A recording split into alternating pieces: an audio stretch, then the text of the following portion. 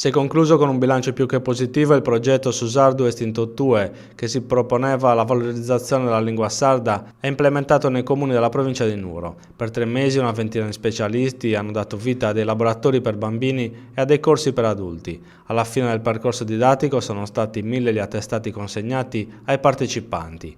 I comuni coinvolti sono stati 52, mentre le scuole che hanno aderito al progetto, finanziato con 40.000 euro dalla provincia di Nuoro e dalla regione, sono state 42. L'iniziativa Susardu Estinto Tue ha visto al lavoro un gruppo di animatori e operatori linguistici, esperti di grafica e comunicazione, addetti alla segreteria e al coordinamento. Uno dei punti focali del progetto è stato il laboratorio Mandiga in Sardu, che ha coinvolto i bambini delle scuole dell'infanzia e che è durato 2 ore.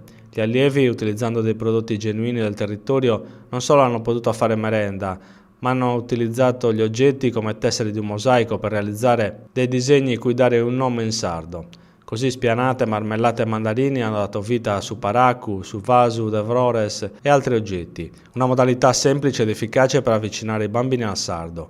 Un dato interessante è emerso durante il progetto: le mamme in maggioranza hanno affermato di volere che i loro figli apprendano il sardo a scuola. A questa iniziativa è stato affiancato un corso intensivo di 4 ore per gli adulti che aveva la finalità di fornire le basi elementari sulle leggi di tutela, sull'ortografia e sulla grammatica della lingua sarda scritta. Alla luce di questi risultati, sottolineano in una nota Maria Doloretta Lai e Michele Pinna, dirigenti dell'Istituto Bellieni di Sassari che ha sovrainteso al progetto, i tempi sono maturi perché l'insegnamento del sardo nelle scuole assuma carattere di continuità. Ciò permetterebbe di tutelare le nostre radici identitarie, ma anche di offrire una concreta possibilità di lavoro ai tanti operatori che in questi anni si sono specializzati nel settore.